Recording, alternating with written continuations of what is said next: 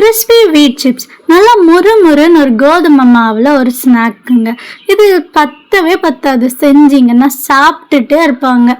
கண்டிப்பாக திருப்பி செய்ய சொல்லும். இதை நீங்கள் ஸ்நாக்காகவும் சாப்பிடலாம், இல்லை ரசம் சாதத்துக்கு அந்த மாதிரி சிப்ஸாகவும் வச்சு சாப்பிடலாம். சப்ஸ்கிரைப் பண்ணாதும் மறக்காமல் ஜேவம் ஃபுட்ஸை சப்ஸ்கிரைப் பண்ணுங்கள். Welcome to Jevam food. Chips செய்யறதுக்கு முதல்ல ஒரு பாத்திரத்தில் 2 கப் அளவு கோதுமை மாவு எடுத்துக்கிறோம். மைதாலாம் எதுவும் மிக்சிங் கிடையாதுங்க. பியூரான கோதுமை மாவு எடுத்துக்கிறோம். பியூரான கோதுமை மாவு எடுத்துட்டு அது கூட 1 டேபிள் ஸ்பூன் அளவுக்கு பெருங்காயம் சேர்த்துக்கிறோம். பெருங்காயம் சேர்த்துட்டு 1 டேபிள் ஸ்பூன் அளவுக்கு மிளகாத்தூள் சேர்த்துக்கிறோம். காரம் வேணும்னா இன்னும் நிறைய சேர்த்துக்கோங்க. 1 டேபிள் ஸ்பூன் அளவுக்கு ஜீரகம், 1 டேபிள் ஸ்பூன் அளவுக்கு எள்ளு, 2 டேபிள் ஸ்பூன் அளவு சால்ட்டு, இது கூட 2 டேபிள் ஸ்பூன் அளவு கீ சேர்த்துட்டு இந்த மாதிரி நல்லா மிக்ஸ் பண்ணி விட்டுருங்க. கீ சேர்த்து இந்த மாதிரி மிக்ஸ் பண்ணி விடுங்க.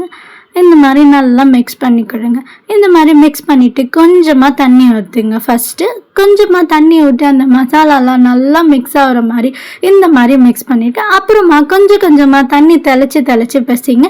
ஏன்னா முதல்ல தண்ணி ஊற்றிட்டா மாவு இந்த கன்சிஸ்டன்சியில் இந்த மாதிரி கொஞ்சமாக தண்ணி மேலே தெளித்து விட்டு பேசிங்க. நல்லா சப்பாத்தி மாவு கன்சிஸ்டன்சி வர மாதிரி பேசிங்க. இப்போ பாருங்கள் கொஞ்சம் டைட்டாக வந்திருக்கு. இந்த மாதிரி பிசைஞ்சு எடுத்துக்கலாம். இந்த மாதிரி இருக்கணும் கன்சிஸ்டன்சி. உருட்டினா வர அளவுக்கு இருக்கணும்.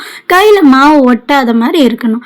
அவ்வளோதாங்க, மாவு இப்போ ரெடி. இப்போ இதை கட் பண்ண போகிறோம், தேய்ச்சி கட் பண்ண போகிறோம். இதை தேய்ச்சிக்கிட்டு முதல்ல ஒரு கட்டை, சப்பாத்தி கட்டை எது வச்சுருக்கீங்க அதை எடுத்துகிட்டு அதுக்கு மேலே கொஞ்சமாக கோதுமை மாவு போட்டு நம்ம உருட்டி வச்ச இந்த மாவு கோதுமை மாவு எடுத்து அது மேலே வச்சு சப்பாத்தி கட்டை மேலே வச்சு தட்ட போகிறோம். நல்லா ஃப்ளாட்டாக தட்டணும். எல்லா சைடும் தேய்ச்சி விடுங்க. இந்த மாதிரி நல்லா ஃப்ளாட்டாக தேய்ச்சி விடுங்க. நல்லா சைடில் இருக்க பார்டர்ஸ் எல்லாம் முக்கியமாக நோட் பண்ணி நல்லா தேய்ச்சி விடுங்க. ஏன்னா பார்டர்ஸ் எல்லாம் கட்டியாக இருக்கும், அது நல்லா கனமாக இருக்கும். அதனால் சிப்ஸ் கொஞ்சம் அங்கங்கே சரியாக வராது. நல்லா பார்டர்ஸ் மேலேயே நல்லா தேய்ச்சி விடுங்க. இந்த மாதிரி நல்லா ஒரு ரவுண்ட் ஷேப்பில் சப்பாத்தி வர மாதிரி நல்லா தேய்ச்சிக்கோங்க.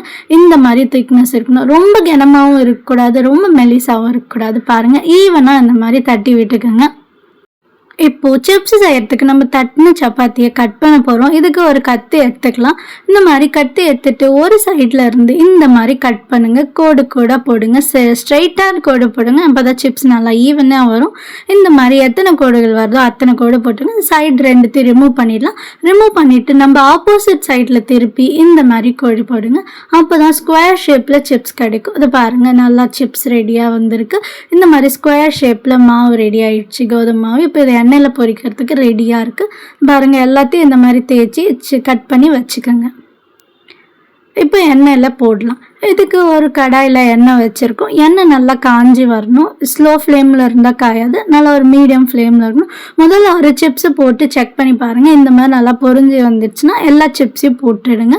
ஒரு 5 சிப்ஸாக போடுங்க. இல்லைன்னா ஒரு 10-20 எண்ணெய் கடாயில் எவ்வளோ பிடிக்குமோ அந்த அளவுக்கு போட்டு பாருங்கள். போட்டு அது ஃபுல்லாக எதுவும் வர வரைக்கும் போடுங்களா. போட்டுட்டு நல்லா கிறிஸ்பியாக வரணும்னா இந்த மாதிரி முன்னாடியும் பின்னாடியும் திருப்பி விடுங்க. ஃபஸ்ட்டு ஒரு சைடு நல்லா வெந்து வந்தோடனே அதுக்கப்புறம் அது பின்னாடி பக்கம் திருப்பி விடலாம். இந்த மாதிரி நல்லா திருப்பி விடுங்க. தீஞ்சிடக்கூடாது. கொஞ்சம் நல்லா மீடியம் ஃப்ளேம்லேயே வச்சு பாருங்கள். இந்த மாதிரி நல்லா உப்பி வருது பாருங்கள். சிப்ஸ் நல்லா உப்பி வந்திருக்கு. ஒரு சில சிப்ஸு இந்த மாதிரி உப்பி வந்தோடனே இந்த மாதிரி நல்லா திருப்பி விடுங்க. நல்லா பொன்னிறமாக வரணும், கோல்டன் ப்ரௌனாக வரணும். அது ஒரு 2 நிமிஷத்தில் ரெடி ஆகிடும். அவ்வளோதாங்க சிப்ஸு. ரொம்ப ஈஸியான ரெசிபி. இது பாருங்கள், இப்போ நல்லா கோல்டன் ப்ரௌன் கலரில் மாறுது. பார்த்துட்டே இருங்க, மாறிடுச்சு. 2 நிமிஷம் தாங்க. இது பாருங்கள், மாறிடுச்சு. அவ்வளோதாங்க, சிப்ஸு கோல்டன் ப்ரௌன் மாதிரி. இப்போ இந்த கன்சிஸ்டன்சி வந்தோடனே நம்ம சிப்ஸை எடுத்துடலாம். இந்த மாதிரி நல்லா எண்ணெய் இருத்து எடுங்க, இல்லை பட்டர் பெப்பர் இருந்தாலும் யூஸ் பண்ணிக்கோங்க. இந்த மாதிரி நல்லா எடுத்துக்கலாம்.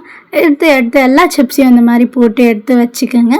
இது ரொம்ப ஈஸியான ரெசிபி. இது நல்லா அப்படியே குலுக்கி பாருங்கள், செம்மையாக சவுண்டு வரும்.